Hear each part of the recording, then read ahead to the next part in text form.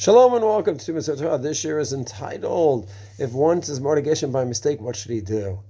Everyone assumes you say Morid Hageshem, now we just switched over to Morid Hatal. So if you quickly change, you say Morid Hatal immediately, Tokadei Dibur, within seconds, it's alright. That's not the Simshon the Shulchan Aruch. Kuf Yudal Dal in the Shulchan Aruch says, person goes ahead and says Morid Hageshem, he must go back to the beginning of the Brachat HaGibor.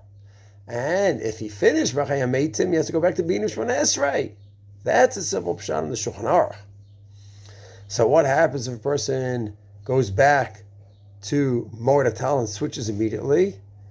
The Mishnah doesn't talk about the case. Mishnah just says, what if a person did go back to Bina Tagibor, went back instead to Rav Loshia, and then continues. So he doesn't talk about what if you just go back to Morid Hatal and switch right away.